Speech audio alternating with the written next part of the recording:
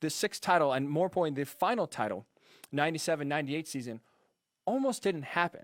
And I thought, at least, I don't think the Bulls win that sixth and final title if social media was around back in 1997, 1998. And here's what I mean. You had all these factors after the Bulls won in 1997, heading into, again, the 97-98 season, that there was so much turmoil, so much question, so much distraction around a team that's won 5 titles in 7 years that we will never probably ever see again for a team that successful in such a short spurt, right? So you obviously had Scottie Pippen. He's upset because he is the sixth highest paid player on his own team, not in the NBA, not ever, on his own team, despite being obviously the 1A to Michael Jordan. Arguably, you heard people in the documentary talking about how they think at a point Scottie Pippen was the second best player in all the NBA. So he's the sixth highest paid player in his team heading to that final championship season. Now, part of it's his own doing, signing a 7-year deal for $18 million back in 1991. But to have all that contention about a contract being so low, being laughably low, and ownership and front office basically having nothing to do with salary restructuring, that he was so upset that just going to that final year, again, with the Bulls favored to win a sixth title, going for history, that he decided, you know what, I'm going to have a spite surgery because my leg hurts. I should have got surgery after the finals in 97.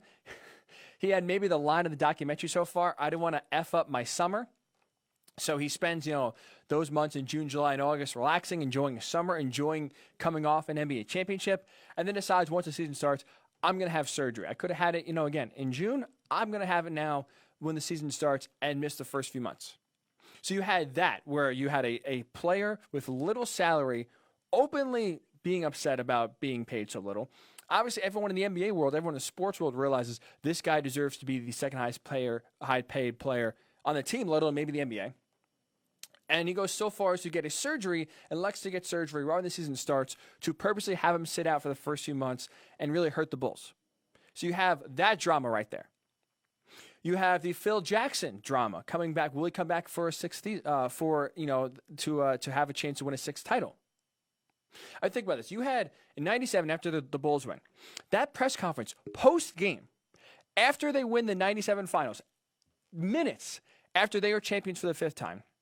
You have Michael Jordan still in uniform, drenched in sweat, in the post-game press conference talking about how he doesn't want to play for another coach. Phil Jackson absolutely deserves to come back on this team. And if Phil doesn't come back, well, you know what? Guess what? Michael has options. He might not be back. Could you imagine this day and age with social media?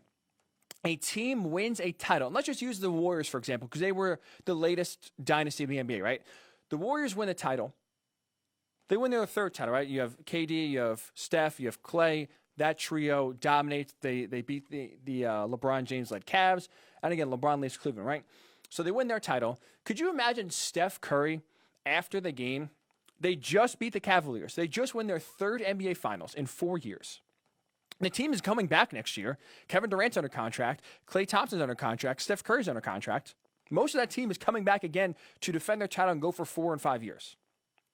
Could you imagine after the finals, literally minutes after they win their third title, you have Steph Curry saying, I hope Steve Kerr comes back. Steve Kerr absolutely deserves to come back. If Steve doesn't come back, maybe I might exercise my muscles and I might go somewhere else. I have options to play elsewhere. Maybe, I shouldn't be on this team if Steve Kerr can't coach. Where you have a GM so fueled by gratification and basically wanting the approval that he helped put this team together, and Jerry Krause as the general manager of the Bulls. He was dead set on changing everything possible to show that he is still the mastermind of this dynasty, and he deserves more credit than he wanted. He was upset Phil Jackson was getting all the credit. He was upset Michael Jordan, Scottie Pippen was getting all the credit.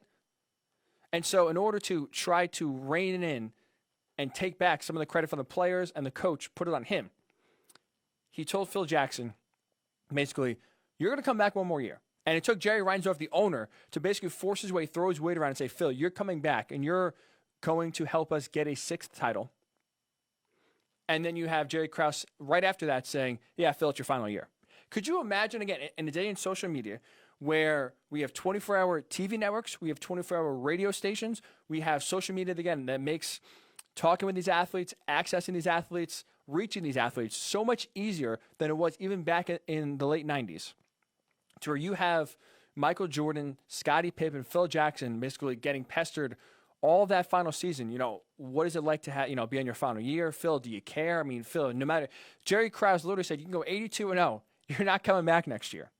That distraction alone, I feel like, would weigh down a team so much that I think it would make it hard to win a title. I think about all that drama, all that turmoil for a team that was so successful. I personally don't see how they would be able to overcome it and overcome those distractions. If social media was in place, if the media was the way it is today, where you have 24-hour access, and again, all the TV, sports radio, social media would be basically obsessed about how a coach who has won 5 titles in 7 years is being forced out. You have the superstar player, transcendent face of the NBA, talking about how if his coach can't come back, he might not come back. Could you imagine LeBron James, after they win the title, Ty Lue is forced out, and he goes, yeah, you know what? If Ty can't come back, I might not be back in Cleveland. People would go, no fans would be able to even enjoy the title because now all you're worrying about is, will LeBron come back? What can we do to make LeBron come back? Imagine trying to alienate the best player in basketball at that time, the face of your franchise, the person who turned your organization around from a team and an organization that was getting out-attendanced by an indoor football or indoor soccer league, I believe, before Michael got there. An indoor soccer league in Chicago was drawing more fans than the Bulls. Turns around, helps orchestrate one of the greatest dynasties, arguably the greatest dynasty in all of the NBA. And there's so much jealousy there that they want to force out some of the reasons why they were so successful. So if social media, that was one of my biggest takeaways. If social media was around back in the late 90s, I think that 6th and final title they get, I don't think it's happening. I think there's too many distractions personally that could derail what the Bulls did, but it shows how impressive it is and even gives it even more credit that they were able to win that final title despite all the distractions circulating around them. That was my first takeaway. I also thought that the Bulls almost entered rarefied air in the wrong way, right? I think they're in rarefied air. The 90s Bulls are talked about as legacy, as royalty in the NBA circles, as they should. But think about this. Going back to that 97 season, right? They win the finals. They win their 5th in 7 years.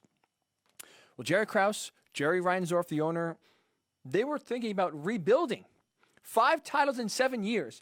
They were close. They almost pulled the trigger on rebuilding the team and not giving them a chance to defend their title and go for 6 and 8. And the reason why they would enter rarefied air is because teams rarely break up after they win. Right? And I went back. You see these teams, whether it's the Spurs, whether it's the Lakers of the early 2000s, the Heat with LeBron James, and even most recently the Warriors. Teams don't break up after they win. Teams break up when they lose. Right? You had the Lakers and their dynasty go on with Shaq and Kobe. They break up. Kobe and Shaq split up, not after they win their last title, but a few years after that, after they lose and don't win another title. The Spurs really never, they're kind of an exception because you have Greg Popovich, Tim Duncan. They're just the model of consistency. But the Heat with LeBron James, Chris Bosh, Dwayne Wade, right? They go to 4 straight finals. They go 2-2. They didn't break up after they won the 2nd title in 3 years. After they had that incredible comeback against the Spurs. They didn't break up. LeBron didn't leave after that. Eric Spoelstra didn't leave after that. Dwayne Wade didn't leave after that. LeBron really only left, again, after they lose that 4th and final finals appearance they had against the Spurs. But they broke up after they lost. The Warriors, similar, didn't theoretically break up because a lot of pieces are still together. But KD left, and that kind of changes the outlook a little bit. But for the most part, these teams didn't break up. And if they did, 1 or 2 players left. They weren't going to have a mass exodus like the Bulls were about to have after 97 that they had in 1998. You rarely see teams break up and not given a chance to defend their title and break up after a win. And I understand 98 they did, but we kind of knew that was coming again when you had the writing on the wall with Phil Jackson. MJ retires after 98. There was writing on the wall that this team was not going to be together. This was going to be the last shot, which is why they called it the last dance. You rarely see teams break up after they win titles and have success. And again, going back to social media, I can only imagine what social media must have been like. I can only imagine what it's like to be a Bulls fan. You can't even enjoy half these titles because all you're worrying about is Phil Jackson going to come back? Is Michael going to come back? is going to retire? Are they going to alienate Michael Jordan, the best player to ever play this game? Are they going to alienate him because they're basically trying to make it as hard on him as possible? So that was my second takeaway, is just almost, if they decided to rebuild to 97, not go for that sixth and final title chase in 97-98, they would have really entered a rarefied era for breaking up a dynasty before it was over. Third takeaway I had was injuries. I thought, it's funny, when you listen to Michael Jordan in his second year, injuries back then were treated so much differently than they are now. And I understand money's a large part of that, right? These players make so much money. They're so important to these organizations that you can't risk putting players in harm's way or putting them in a position to where they could get hurt and miss an extended part of the season. That's all that money that's going to be sitting there that you invest in these players that's not going to give you a return on your investment. So I understand money has really changed the outlook of how we deal with injuries and the carefulness that we have, especially nowadays with any sport when a player has an injury. But Michael Jordan's second year, right? He broke his ankle earlier on in the year, misses a ton of time, comes back to the minutes restriction. And it was so much what we saw with Zion Williamson, right? You heard early on Michael was saying he was only allowed to play 14 minutes a game, 7 minutes each half. That was it. They had a stopwatch. If he went 1 second over, you heard that Phil Jackson was getting fired, and everyone, or not Phil Jackson, I apologize. I forget who the head coach was, but you know, he was losing his job if Michael played 14 minutes and 1 second. So they were careful in the beginning, right? And slowly they kind of let him back in, but all of a sudden now they get to the playoffs, going against one of the best teams ever in the '86 Celtics team. Let him loose. Absolutely let Michael Jordan loose, despite the fact that the Bulls were 30-52. Despite that, really had no chance of winning. They let Michael Jordan loose. They allowed him to come back and make a playoff push. And again, despite him being the face of the franchise, him already, even at that point in year two, realizing he was special, he could be really the difference maker for this Bulls team. I'm shocked they allowed him to kind of basically keep on playing, despite, again, being 30-52. Despite the playoffs were there and they made the playoffs, 30-52, you had no shot at even advancing, let alone winning a game against the Celtics. I'm surprised that they allowed Michael to come back, to be honest, and basically risk. You heard that there's a 10% risk that he could never play again if he hurt his foot. Well, obviously we know he kept playing and that was no worry. But you look at again, Zion Williamson, how he missed a large chunk of the season, and when he came back, it was a strict minutes restriction. Again, a lot of it's tied up to money. You don't want your face of your franchise getting hurt, especially in some meaningless games. But even we saw with Steven Strasburg in a baseball reference back in 2012, he was lighting the world on fire, coming off injury. The Nationals made the playoffs. He pitched the regular season. They made the playoffs, and they shut him down in the playoffs because they were so worried about him getting hurt and wanting him for the long haul. So injuries are so much looked at upon differently and taken carefully now. Compared to back then, that was definitely a big standout for sure. The fourth, I was kind of surprised by this. Maybe this is one of the most shocking takeaways for me. Tanking was still prevalent even in the 80s. That 86 team we talked about where MJ got hurt and came back late in the season, and they had a chance and did make the playoffs despite winning 30 games that year. The Bulls, and Michael Jordan made this known, seemed like they didn't want to make the playoffs. They didn't want to win. They knew if they made the playoffs, they'd be out of the lottery and would hurt them to getting a high draft pick. So even back then, even in the 80s, draft picks were still very important, and the mindset was still, if we're not going to make the playoffs or have a chance, we might as well lose every game possible to get the best valuable draft pick. So tanking was very prevalent even in the 80s, which I was honestly a little surprised by. I thought that this was more of a new school idea, to be honest. As analytics kind of come into the fold, as budgeting comes into the fold, where now you realize you can have a draft pick on a cheap contract. If you get a great draft pick, you have him basically cheap labor for 3, 4, 5, 6 years, depending on the sports league that drafts you. And that's obviously a better asset than having maybe a player in his prime, but you're paying a boatload of money to. So it's funny, even back then, tanking was still prevalent. Draft picks were still coveted greatly. And again, you could tell that in that second season, the Bulls did not want to make the playoffs, and Michael Jordan did not let that happen.